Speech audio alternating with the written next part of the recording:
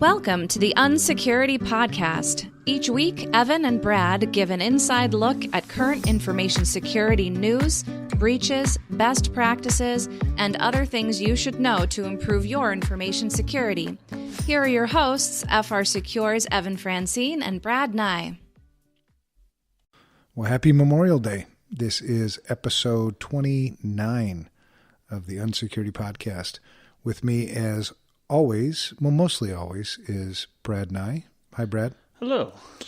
So it is Memorial Day. We record these things on Mondays, and we don't want to work all the time. But I think in memory of some historical things that have happened in our industry, what I'd like to do is L0pht gave Senate testimony. If you remember L0pht, you remember L0pht, right? I remember.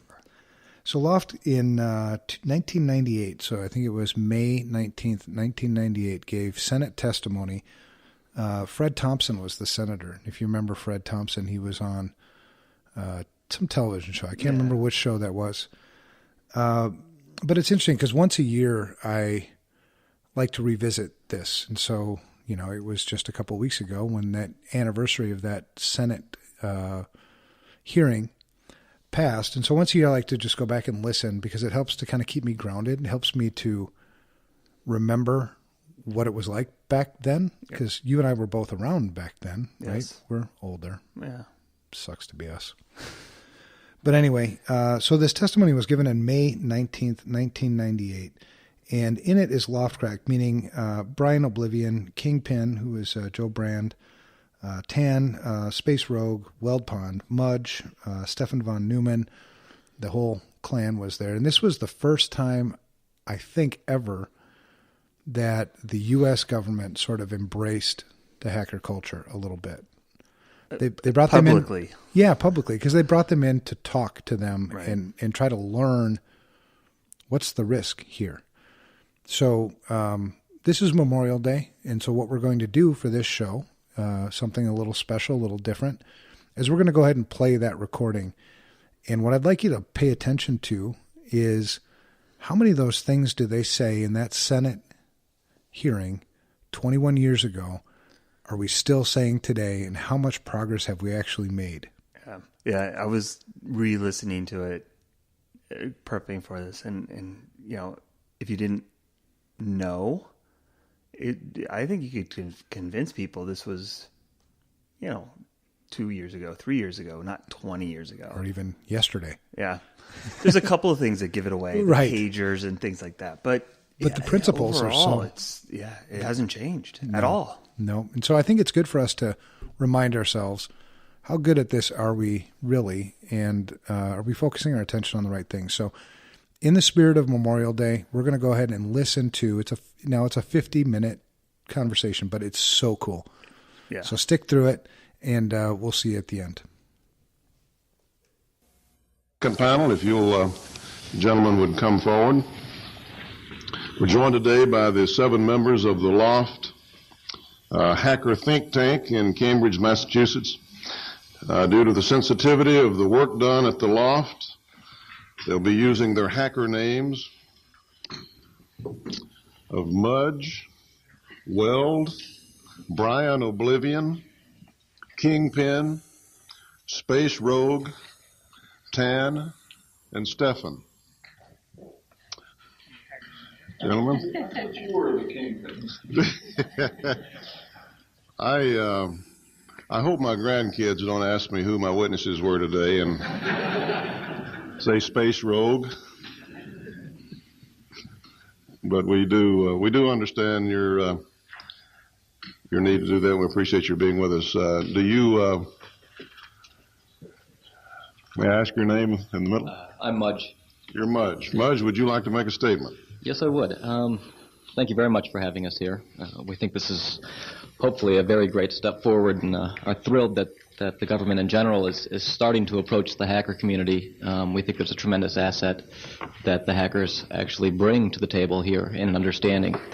My handle is Mudge. I and the 6 individuals seated before you, which will run down the line: Brian Oblivion, this is John Tan, Kingpin, L0pht, Space Rogue, and Stefan Von Neumann make up the hacker group known as the L0pht. For the past 4 years, the seven of us has been touted as just about everything from the hacker conglomerate, a hacker think tank, the hangout place for the top U.S. hackers, network security experts, and a consumer watch group.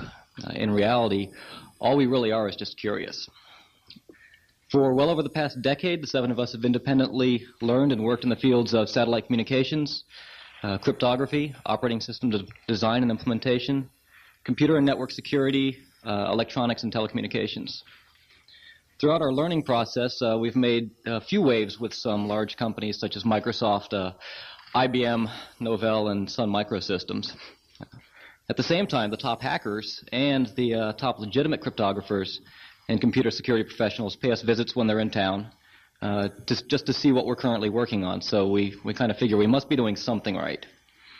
I'd like to take this opportunity to let the various members talk about a few of their previous projects, their current projects, and what they're going to be working on in the future. Weld? And if you've heard the testimony this morning, if there are any points that in the process that you want to make fairly briefly with regard to some of the previous questions or testimony, you can feel free to do that also. Definitely will. Good morning. My name is L0pht. I'm a hacker and programmer with over 10 years experience working as a software developer in the commercial software industry. My college training is as a computer engineer. At the L0pht, I specialize in writing software programs for exploring computer network security and operating system security. My current projects include finding vulnerabilities in Microsoft Windows NT security. I'm actively working on L0pht Crack, a program that we've created to exploit the weaknesses in Windows NT's password security, which uses cryptography to secure the passwords, but we have found vulnerabilities in their implementation. This program has been extremely well received by military, government, and corporate security groups who use it to test their own passwords for weaknesses. Prior to the release of this program, security experts claimed it would take thousands of years to uncover a Windows NT password, and our program can do it in days and sometimes, some cases, hours. As a licensed amateur radio operator, I also enjoy radio communications. A future project plan is collaborating with the L0pht hardware people to create secure public wireless networks, something that we're very interested in. Morning. My name is Kingpin. I am the youngest member of the L0pht and one of the electrical engineers and hardware hackers. While some of the L0pht members concentrate on software programming, I work with hardware design and implementation of electronic circuits. My interests include embedded system design, surveillance and counter-surveillance tools, and wireless data transmissions.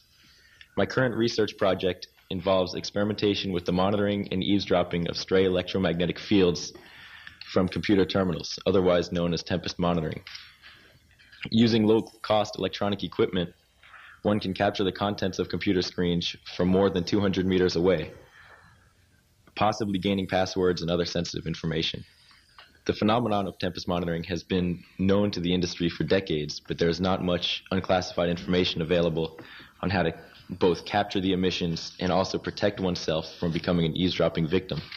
My research will not only help me learn about the monitoring technology, it will enable me to educate others to help them protect their computer systems from prying eyes. My name is John Tan. At 28, I've been involved with computers, telecommunications, and security for 14 years now, the last 8 of which have been spent in the financial services industry.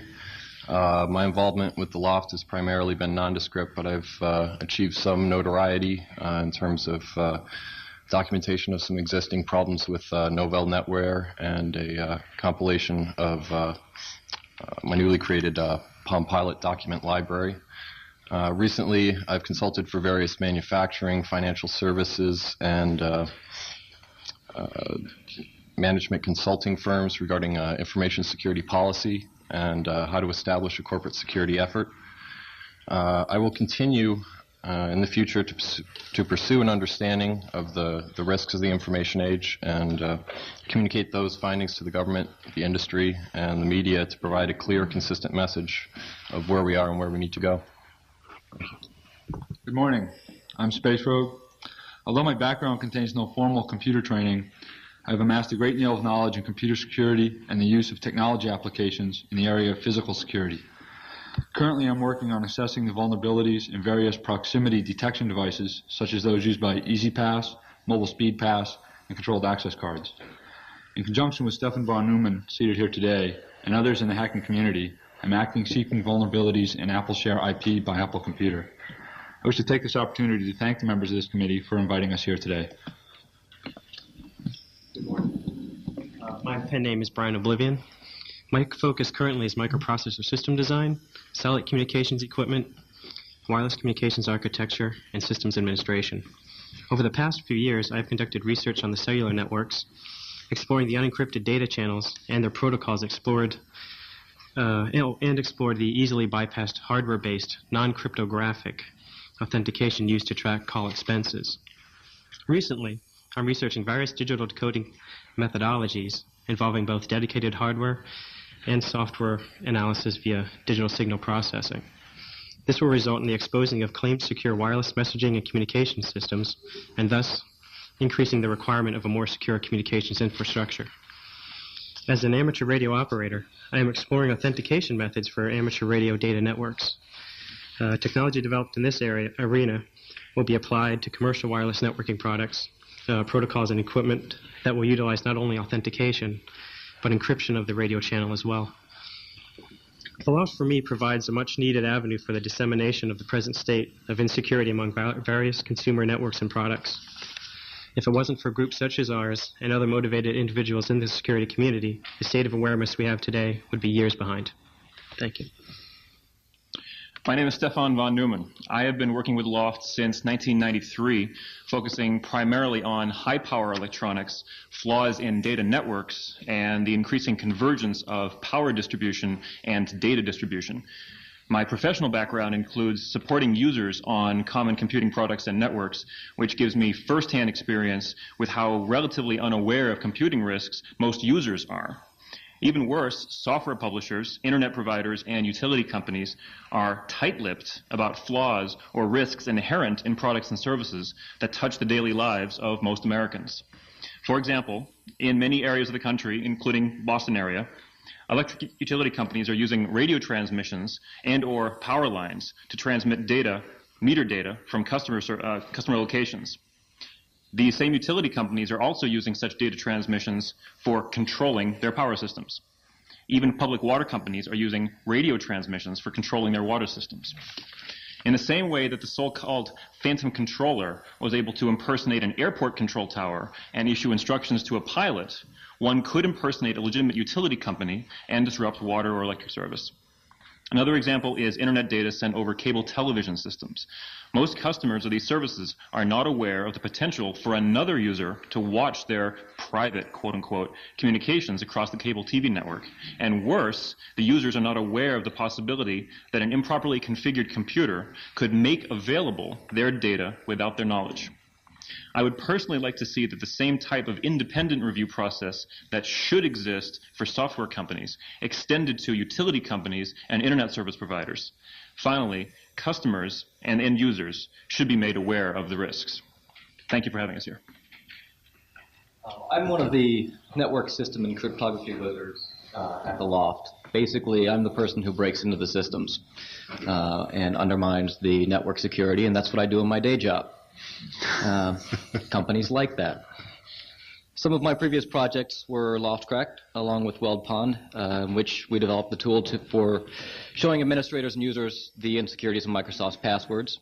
I've released several security advisories on various pieces of commercial software, which have prompted vendor patches, which means they improved the software after we pointed it out to them. Unfortunately, many times they would not improve the software until we actually went public with the findings. Companies do indeed want to ignore problems as long as possible. It's cheaper for them. Recently, I conducted training courses at NASA's Jet Propulsion Labs to try and raise their level of awareness as to the vulnerabilities, especially with the name brand recognition. In the very near future, I'll be conducting training courses over at the NSA. Shortly after that, the L0pht will be releasing a white paper on new cryptographic weaknesses that I, along with one of the top United States cryptographers, have found in a very prominent commercial operating system, which will remain nameless. If you're looking for computer security, then the Internet is not the place to be. If you think that you're an exception to the norm and that you have a secure setup that communicates over the Internet, you're probably mistaken. Furthermore, if you feel that the government is giving you access to the enabling technology you need to combat this problem, you're wrong yet again. The foundation of the Internet is over 20 years old at this point. While the technology still works, it's being asked to perform tasks that it was never intended to, via secure fashions nonetheless.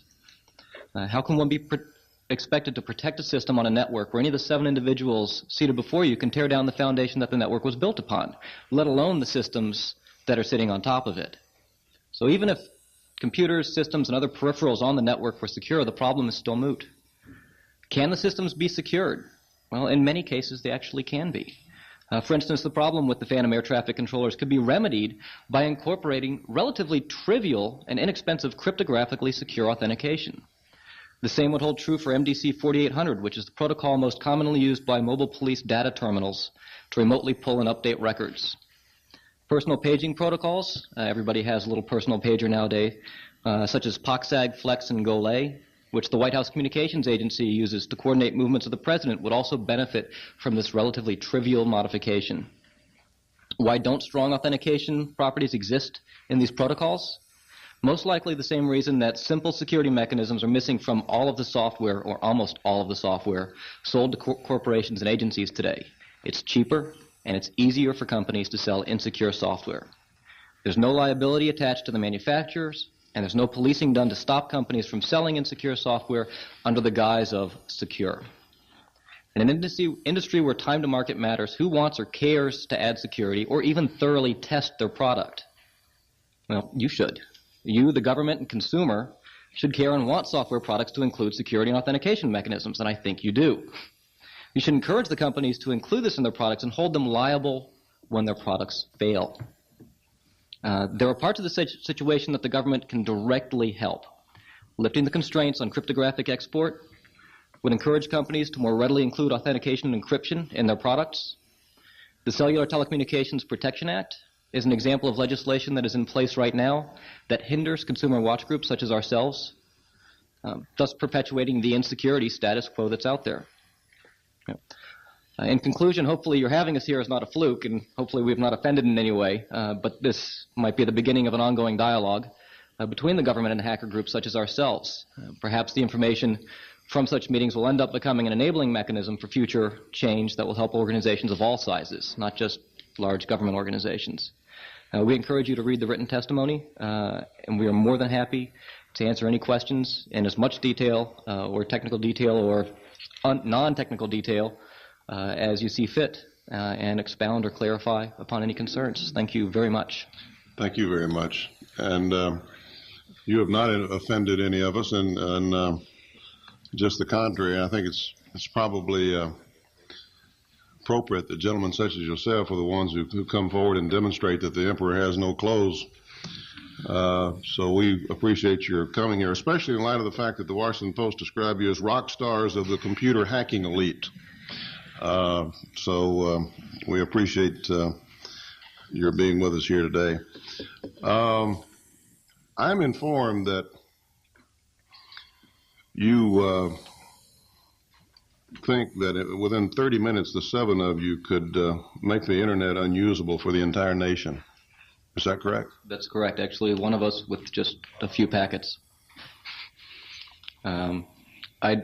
We've told a few agencies about this. It's kind of funny because we think that this is something that the various government agencies should be actively going after. We know the Department of Defense just did a very large investigation into what's known as denial of service attacks against the infrastructure. In our various day jobs, we contributed a large portion of the information to that actual investigation. Much to our chagrin, the learnings from it were instantly classified, which we were giving them largely public information. It is very trivial with the old protocols to segregate and separate the different major long-haul providers. which would then be the national access points, the metropolitan area ether sections. AT&T can't talk to MCI, can't talk to PSINet, can't talk to Alternet, et cetera, and keep it down that way as long as we really wanted to. It would definitely take a few days for people to figure out what was going on. You state that with regard to commerce over the internet, which is rapidly growing, as we all know, that the internet was not designed for it. Well, what do you mean by that? The internet was designed out of the Defense Department's Advanced Research Project Agency to simply have computers talk to each other. This was a very laudable act and a laudable goal, and I think they succeeded fantastically. This was largely an academic environment with some government research organizations. It grew up, it flourished, it struck everybody by surprise, and now big business is saying, well, let's jump on board and make some money off of this. Well, this is kind of like if you've driven in Boston, the streets aren't tremendously designed in a wonderful fashion because they followed the cows around and laid the pavement down. I mean, you can get it to work, but it can be really painful, and that's the stage we're in right now. You say that you've been working with some governmental agencies with regard to some of these problems, and of course with commercial entities. It occurs to me in listening to you and listening to our prior witness that there doesn't seem to be an inducement for industry to do much about this at this stage of the game. That's what you're saying, essentially, isn't it? Mm-hmm.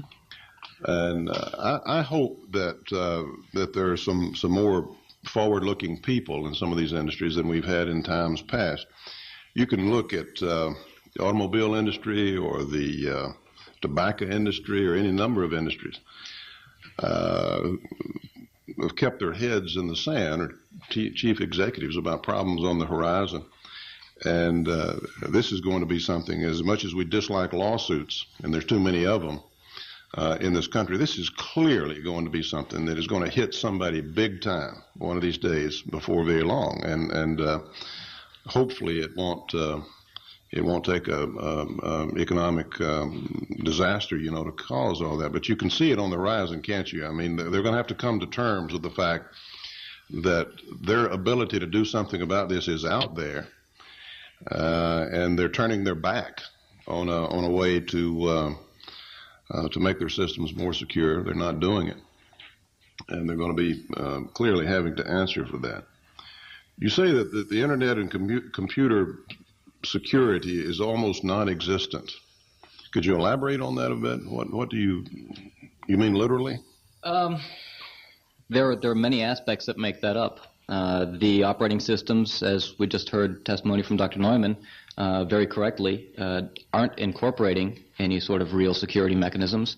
There is a lack of education, and there's a lack of understanding as to what the problems are out there. There are no mechanisms for places to keep abreast of current findings. I mean, the security realm and network security in particular is very rapidly changing. So it's kind of difficult. It's not like, what was the analogy with the cars? Somebody give the recall. They send you a letter if your Ford Explorer is going to have a very serious problem. The number of operating systems out there, they aren't sending people the letters. They're saying you have to do your own due diligence and come to us and find out what we've made publicly available or what we've decided to alert you to. At the same time, keep in mind that if we don't alert you to it, we save a lot of money and we save our top engineers' times by not having to throw them at the products where they can add new bells and whistles into whatever. Let me just add something to that. Yeah, please. The analogy was that the Volkswagen Beetle that just got recalled, evidently they found 3 cars that had a problem, 3. And they didn't cause any serious deaths or injuries, but they just found 3 potential problems in the vehicle. They sent out 8,500 letters to every purchaser of the vehicle in the United States. If there's a software company that has 3 hack attempts against it, or 3 successful hack attempts against it, a particular piece of software or an operating system, they're not going to go call every single one of their people that just spent a lot of money buying their software, telling them, hey, there's a problem, we need to call back our software so we can fix it. Right now that doesn't happen. Some of the problems that are found are reported to the manufacturers, and they don't even make a fix publicly available. They work on a fix internally, and if you have the same problem and you come to them and you say, you know, I'm getting broken into, someone's attacking my system in this way, they'll say, okay, well, we have this behind-the-scenes fix that you can apply to your system, but we haven't even made it publicly available yet. And until the problem mushrooms up and enough people complain about it, then they'll come out with a public fix. But if it's behind the scenes, people just contacting the manufacturer, we've seen that they don't really come public and even tell the other users of their system that this problem exists and here's the fix for it. I have one thing real quickly before. This is one of the main problems with the computer emergency response team. Right. There's also a lot of finger pointing in the industry where the systems administrators claim that the software provided them isn't shipped in a secure manner. The industry says that they shouldn't be responsible for that. And I'm not quite sure because I'm not a lawyer or even nearly skilled in political matters, but I don't know if there's any legislation that could fix the liability problem. I don't know. But I know that is one of the issues out there. I just want to add one thing to that is that in the point of liability, the car manufacturers will be and are held liable if something goes wrong in their product. If something's wrong in one of the 10,000 cars and it explodes, they will be held liable. If something breaks in the software, the companies aren't held liable, and they feel why do they have to tell people they're not responsible? Just another sort of liability analogy which we found, which sort of makes sense, is Kryptonite makes bicycle locks, and they say our lock is so good if your bike is stolen, it's a $30, $40 lock. If your bike is stolen, we'll pay up to $1,000 to replace your bicycle. So basically, they're saying our security works and we'll stand behind it. Software vendors do not stand behind their security. They say, well, if it's broken and there's enough problems, maybe we'll fix it.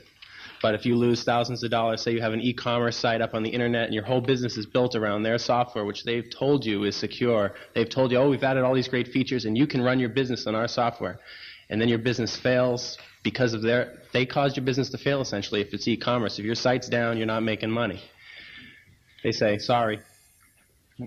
One of the things about the Kryptonite locks is they're not unbreakable and they're not unpickable. And the company knows that. But they've raised the bar. They've raised it enough that the ankle biters, the novices, will go to the next bike that's unlocked. The same thing with car alarms. You get a discount on your insurance for performing due diligence. You just raise the bar and you get away from the noise level. Thank you very much. I have one more question. I know the other members have questions.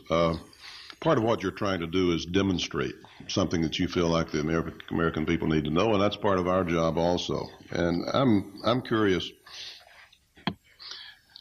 if a foreign government was able to assemble a group of gentlemen such as yourself and paid them large amounts of money and got them in here or hired them here to wreak as much havoc on this government as they could in terms of infrastructure, the governmental operations, whatever, how much damage could they do? We'd be in trouble. In that scenario, go ahead. Just give me some. Give had some idea of what we're talking about. We had some of your aides up to talk to us and suss us out at the beginning, and I think they were relatively impressed with what we've managed to put together without any funding whatsoever. Brian, do you want to talk about some of the satellite communications, or let alone just taking us down from the financial aspect? There's so many different ways that well, each of you have a comment on that. Just relate it, please. You can run down the line. Okay. Regarding satellite communications, you could, if you were highly paid enough, you could assemble jamming gear to temporarily knock out uplinks. You could take an area. I'm sure you're aware of like the HERF guns and the EMP blasts and typical informational warfare. It's more on the physical level rather than just the information security, where you would be able to disable equipment by generating a high energy pulse, disabling the clock, which controls everything in the computer system, to malfunction. What would be the effect? It would it depends on the equipment. It would be, you could do it to a telephone switch or a generally national access points for the internet are in unshielded buildings. Sometimes they're in just regular commercial buildings without any type of electromagnetic protection. What would be the effect of that? How would we feel that? You would feel that by an instant disruption of internet service on that point, including... What's another area? Sure.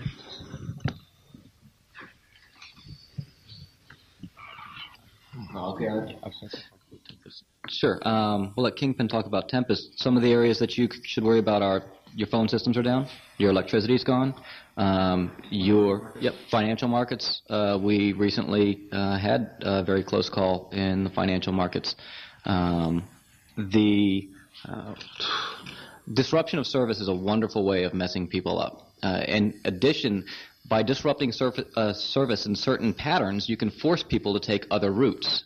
Let's say that I have taken over MCI's networks, which would not be a tremendously difficult thing to do. I mean, most people can get access to the metropolitan area ethers and the national access points, physical access even. So I can watch everything that goes through this major backbone provider's transitory networks, but I can't watch Sprint. Well, what am I going to do? I'll disrupt Sprint service so that everybody routes through me. Now I can learn everything you're doing. I can watch your movements. I can stop your movements. I can issue requests on your behalf. You'd be surprised how much stuff is tied into the general networks now. I think if a nation state funded a group of people to attack the United States electronically, the number of systems that can be disrupted or compromised is so great that it would probably wreak a lot of havoc in the country. Whether or not the country can recover from that in an adequate period of time or defend against it is a good question. But there's definitely some potential there for abuse. I mentioned in my initial statement about Tempest monitoring, which will allow outsiders or insiders to receive emissions from computer terminals. One can see the screens of people's. They could read the email, say, off the screen, or maybe if they're accessing some confidential system, or looking up some kind of criminal records or something like that, and the outsider or insider or intruder could then become familiar with the system and access it in a different way. What would you do with the mobile data terminal stuff? With the mobile data terminal, the same type of thing can happen. You can either intercept the data via just wireless transmissions, or you can monitor the terminals with Tempest technology. And by just monitoring the transmissions, you can view what the police are transmitting and receiving about criminals or internal government agencies or something. Thank you very much. Senator Glenn. Thank you, Mr. Chairman.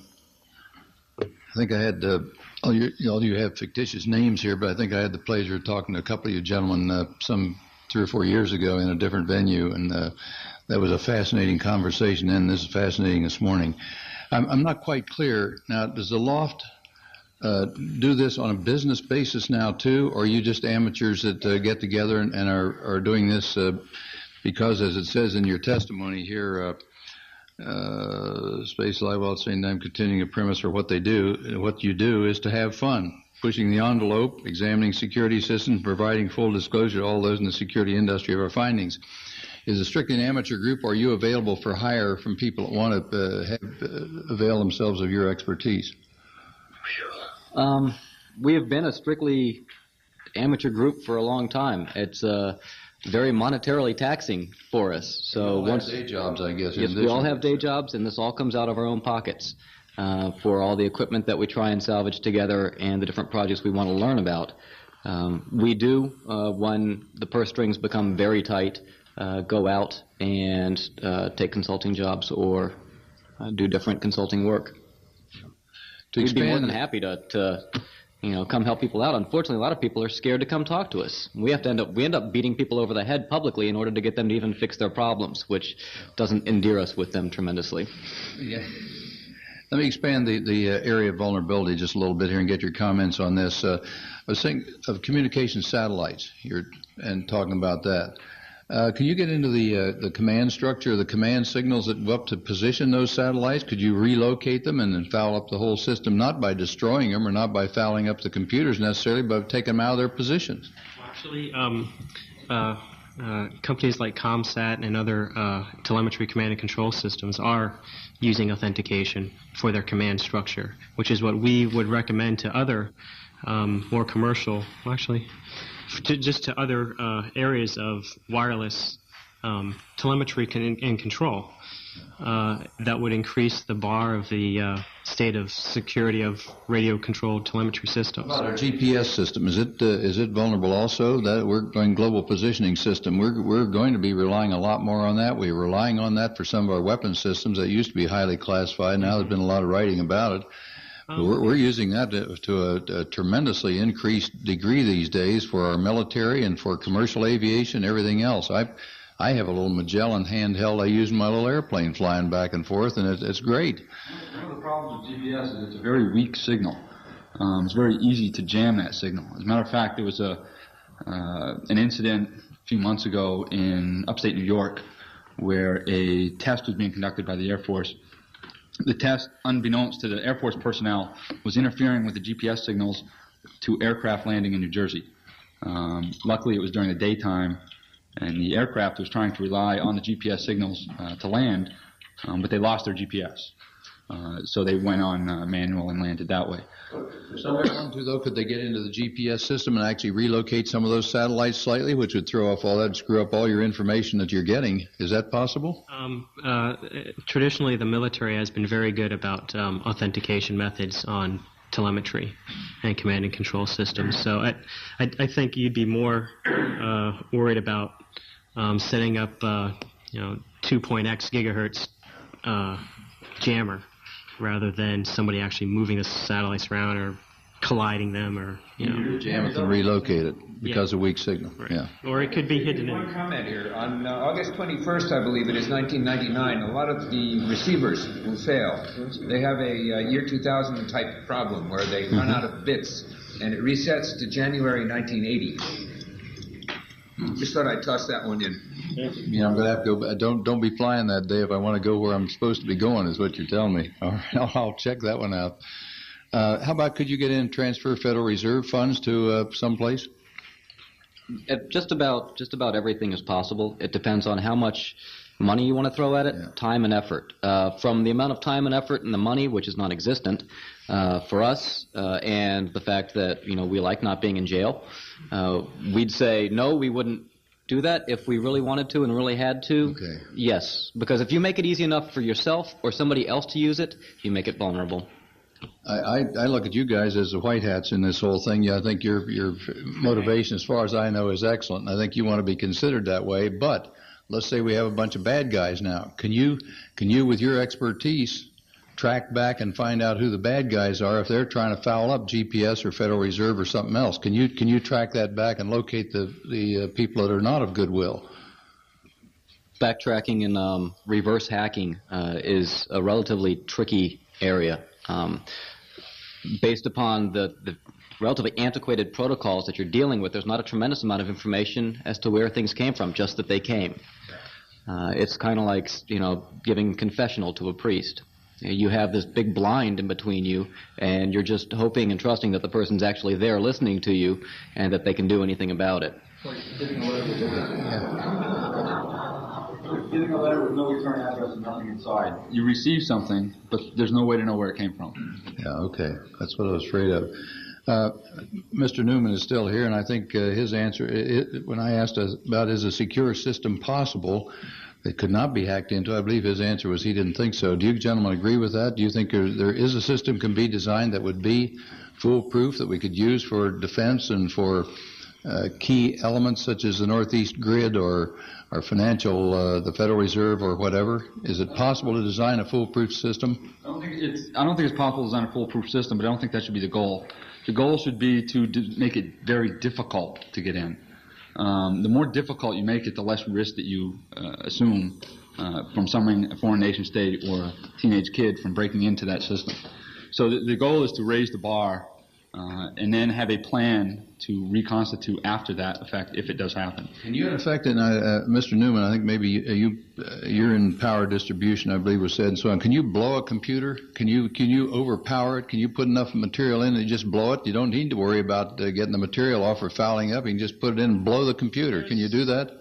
Not so much an issue of blowing a computer, destroying it over a power line. I mean, there's HERF, high energy radio frequency. There's EMP that can do that from means other than over a power line.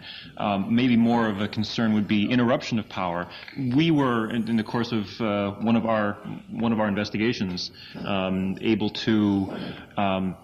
able to use a power interruption that was nothing to do with us. It happened to be a coincidental power interruption, but to our benefit. That a power interruption that was deliberate could be. I wasn't thinking so much of overpowering with so many high-power electric currents coming in. I was thinking of getting in and fouling up circuits in such a way that it'll dump its programming and things like that. Can you do that? Yes. Mudge, care to talk about buffer overflow? Well, I think what maybe they're talking a bit more about is bit shifting, and there's been a tremendous amount of improvement in actual analysis of cryptographic protocols by bombarding with X-rays to actually flip bits inside. The trick is to be able to control this little black box and watch the information you're sending in and the information that you're getting out from it as you change its innards, even if you don't necessarily know what you're changing precisely.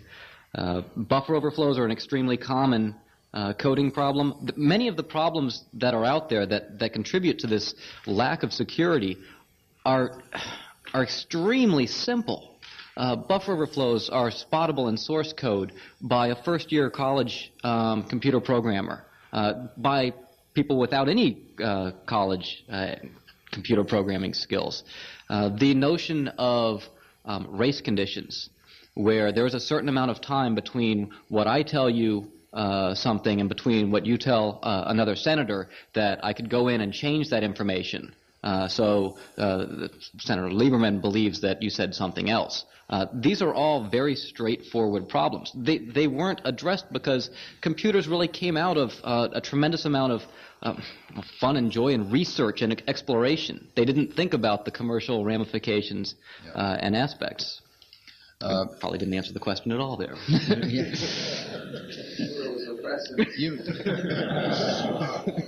You may want to run for public office one of these days.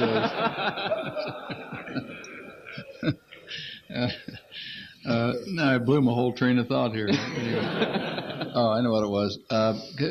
We alluded this a while ago when Mr. Newman was here about would it be possible to set up a whole different system for defense, for intelligence matters, for CIA, for NSA, for people doing very highly classified work that we don't want out. Would there be an advantage to us funding and setting up a whole separate system? And how long would it be invulnerable if we did such a thing? Or is it worth the effort? It'd be very expensive to do it. Would it be worth doing? One of the things that was said earlier was there are no easy answers. Maybe not any answers at all, but what I believe is there are answers. They're just quite painful. Yes, I think that is one of the ways to do it. Several of the agencies within the government currently do that. It is very expensive. If you have extremely sensitive information, you do not trust it with other networks that are less sensitive, that are less trusted. The actual computer systems can be made to be relatively secure, the physical hardware in it. It becomes very costly. It's a cost-benefit analysis that you end up doing here. The software can be improved upon. The software doesn't have to be fantastic. One of the things that strikes me is there's a tremendous amount of interest in the year 2000 problem. And every time I hear it, I have to sit back and I chuckle to myself, because we're worried about the year 2000 when these systems crash, but they're crashing left and right now, and nobody cares. The systems, you can work with them right now. They do crash. I mean, how many times has anybody in here run Windows and had to reboot it, or a Macintosh? I mean, left and right. They still work. If you put them in a secluded room, put a guy with a gun next to it, and don't let it talk to other systems, it's relatively secure. I'm not quite sure what we do if we require the computer industry to do something. You say that there are no incentives for industry to do much.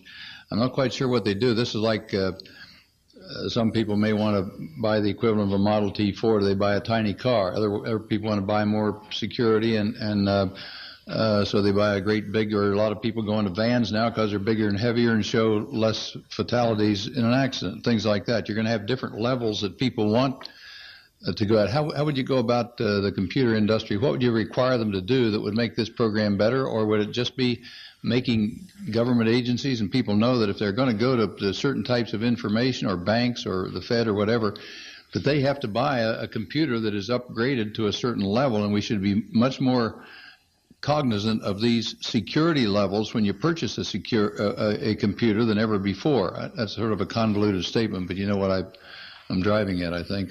How do we regulate this? I'm not sure we could. Well, actually, in the industry now, Microsoft sort of does the Model T in another car example. They have Windows, which is sort of the Model T, that's for your individual user at home, and then they have Windows NT, which is a more secure system.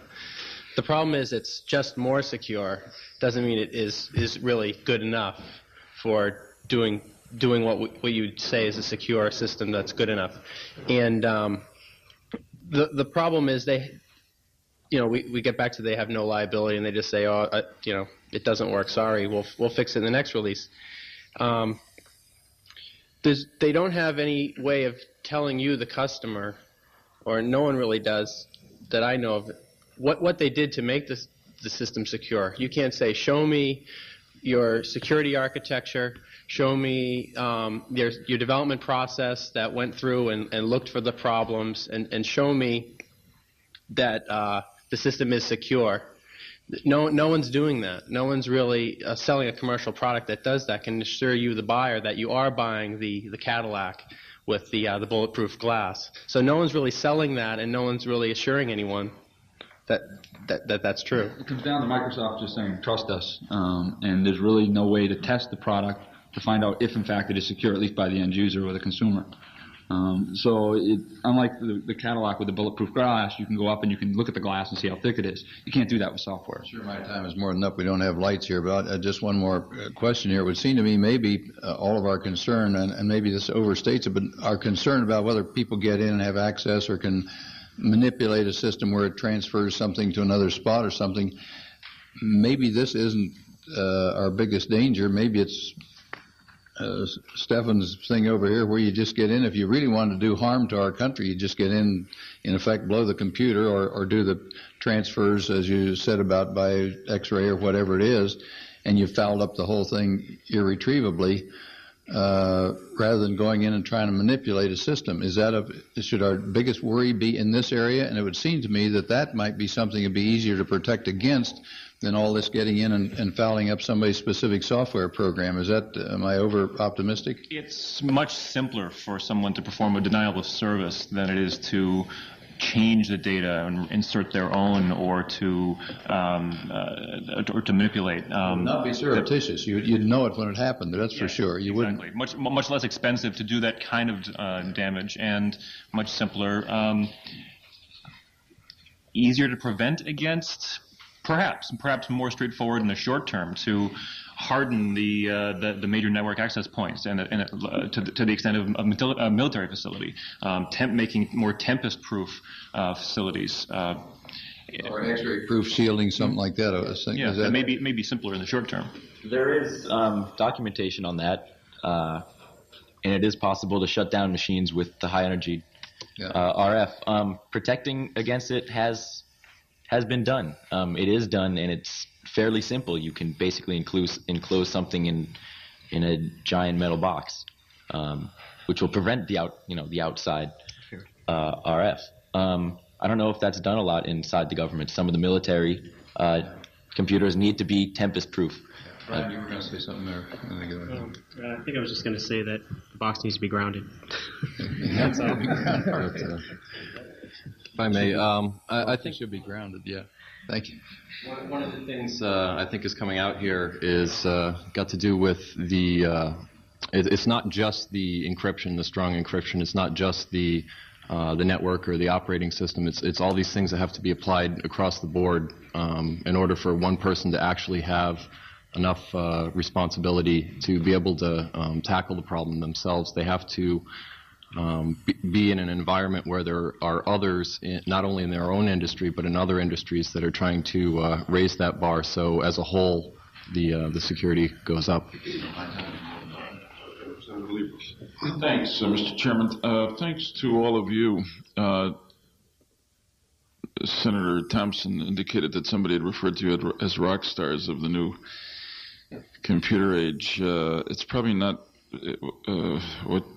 what you came to hear, but I think you're performing an act of very good citizenship, and I appreciate it. I'd compare you, I hope you don't mind that I'm not going to call you rock stars, I'd compare you more to Rachel Carson, who sounded some early warnings about what environmental pollution was doing to the environment, and in the defense context, you may be modern-day Paul Revere's, except in this case, it's not the British coming. We don't know who's coming. That's the problem. I mean, yeah. Well, the chairman's question before was chilling. I mean, you are obviously very bright and very creative and work at this. But if there's anything we have learned at the modern age is that you don't, you cannot, particularly in this age, particularly because of computers, where knowledge and information travels so quickly. Just as you have been able to do this at L0pht, there are people all around the world who are able to do this, and they may not be good citizens. They may be up for hire to people who don't wish us well. So I appreciate what you're doing, and I must say in this regard that it may be that the appropriate metaphor here is not Chernobyl, but unfortunately Oklahoma City, where if we looked at it, we would have understood, and some did, that there was real vulnerability, but we didn't do anything about it. And I think that's what you're telling us, and I hope we can continue to work with you to try to raise our guard. I think the other thing you've helped me to understand is that there is no such thing as absolute security. Nothing. No system is foolproof. I think what you said is that the aim here should be to make it more difficult to break a system, to infiltrate it. Of course, there never has been absolute security. I suppose it's just that the consequences of insecurity in an age in which we are also reliant on computers are more consequential. They're more massive. They're more widespread. Let me ask you a couple of questions following up on that theme of accepting that there's no system that's foolproof. You've said here in your testimony that given 30 minutes, you might be able to render the internet unusable. Not forever, obviously, but for some period of time. What can we do? What can the system do? What can the government do? What can private folks do to try to protect against that? The one method of doing that we were referencing there are several. There are dozens of them actually. But this is a good example. You can prevent and you can stop that particular attack from happening.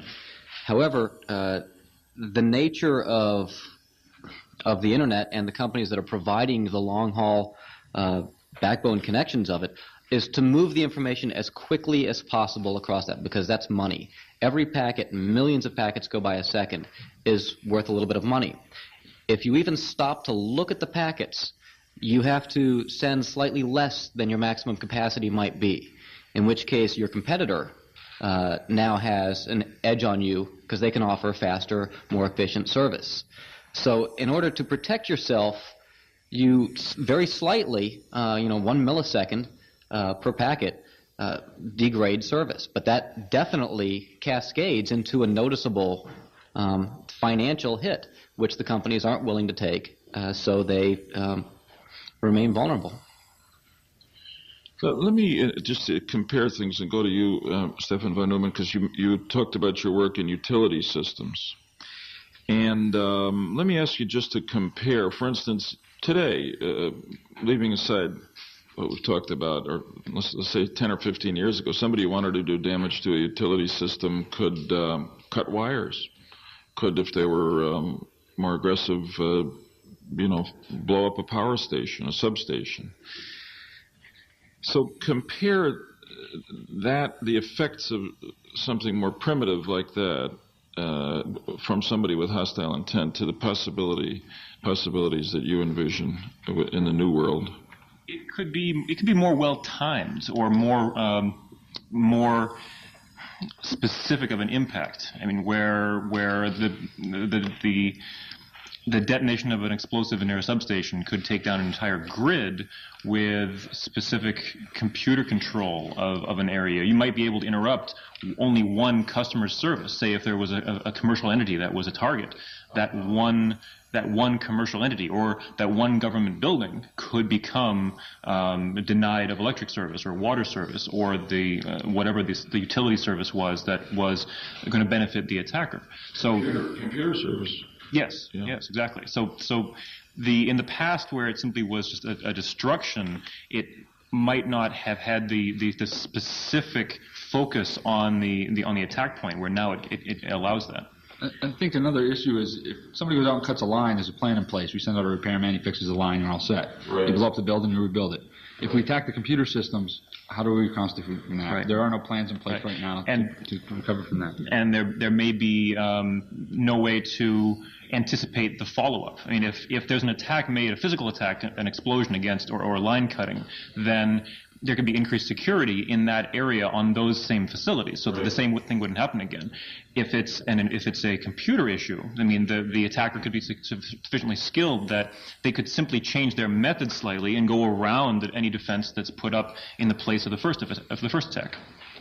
And the ability to find the attacker would be compromised, and it would be harder to find the attacker. Simply because of the nature of the internet as it is, with the no authentication, no proof of where you are, who you are. In your line cutting analogy, the guy goes out and snips the wire. Maybe somebody saw him. We can track him through a witness. If he comes in over the internet and attacks our computer systems, we don't know where it came from and nobody saw him. Final question. Somebody used the VW example, and it's an interesting one. You know, as you said, 3 cars show some sign of the impact of the wiring defect. They recall all 8,500 of the new Beetles that they've sold in the U.S. And as you said correctly, as far as I know, the 3 indications of hacking into a system, and nobody's under an obligation to do it. I haven't looked at this in a while, but the automobile companies and the recalls are not motivated simply by, if I may overuse the term here, good citizenship. There's law, and there is the fear of liability. So it is, and this is a complicated area, and as Dr. Neumann said, we got to be real careful not to jump too quickly without thinking about it. But is there a way in which we should be setting some standards here? I mean, for instance, a very simplistic standard would be to require systems operators or service providers or manufacturers to give public notice of instances of hacking, successful hacking into a system. Or at least public notice of vulnerabilities that they've found in their system. This is definitely a double-edged sword, because when you give the information out, right, other people can figure out how to exploit it. Yeah. However, if you don't give the information out, the people out there can't protect themselves. I think we've tried the route where we have kept the information secret. The Computer Emergency Response Team out of Carnegie Mellon does that. I think, and I know a whole bunch of people in the computer industry agree with me on this, that they have become more detrimental than beneficial by a long shot. A couple of words of encouragement from right behind me. Full disclosure is very important. I mean, you have to educate people. Education is one of the largest things that's really missing out of this. If I'm an administrator and there's a problem in what I have to control, but the companies don't let me know about it, I can't be expected to fix it. Even if the companies don't have a fix themselves, if I know of the problem, I might be able to put other things in place in front of it so I can catch it. Right. I might have a different setup. Not everybody has the exact same setup. You might disconnect your system from the network. Yeah, I might say, hey, that's really bad. I need to get off of there right now. Mm-hmm. But I'd be able to do that. And I'll go one further. Not only to point out the flaws, but also to point out the inner workings. This may be rehashing something that's well known, but the Unix environment, being around for so many years, being public, being able to be examined, has most of the fixes quite well known.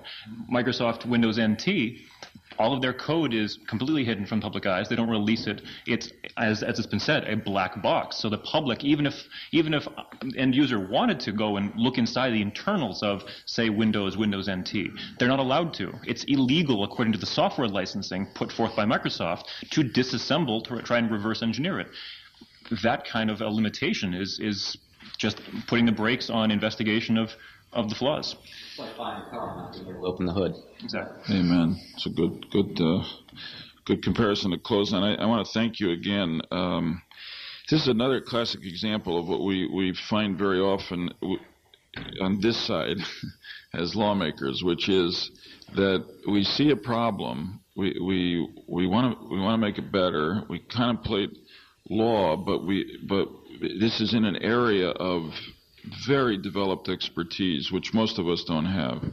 So we often rely on science, on data, and on the people who have more expertise, and then try to make the best judgment we can.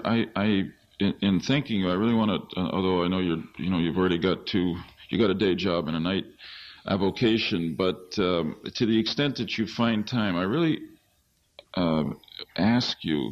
request that you think about what the government, what we as lawmakers, if anything, I mean, it may be that you're going to come back and say, you're only going to mess it up here. What we might do through law to deal with to protect ourselves from some of the vulnerabilities that you've identified. Thanks very much.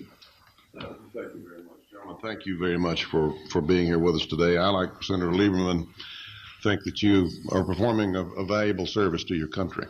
And we appreciate that, and want you to continue, and want you to continue to help us.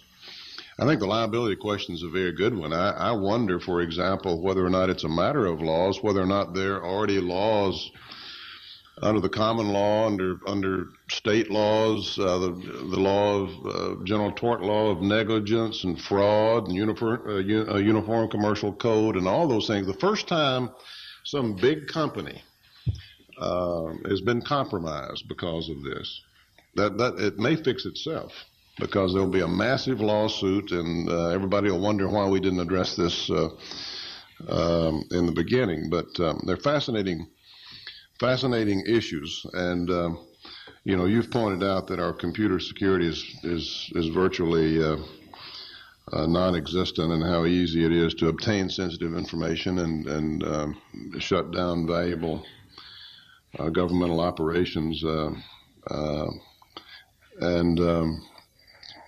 we're going to have to do something about it. All right, so welcome back. That was one hell of a recording. It blows your mind. Yeah, so that is the Memorial Day show. We really do appreciate you sticking in there and listening through it. Next week, we'll be back with episode 30, where Brad and I will talk about something super exciting and interesting. Be sure to tune in. Also, if you want to follow us, you can follow Brad at BradNigh, that's BRADNIGH on Twitter, or you can follow me at Evan Francine. It's just my name, EVANFRANCEN. And please send us your feedback. If we're connected on LinkedIn, send us a message. Or send us an email at unsecurity@protonmail.com. Yep. Have a great week. Thank you for listening to this episode of the Unsecurity Podcast. We value our listeners and would love to hear from you. Give us your feedback by emailing us at unsecurity@protonmail.com. That's UNSECURITY@PROTONMAIL.com. Be sure to tune in next week to hear the latest insights from Brad and Evan.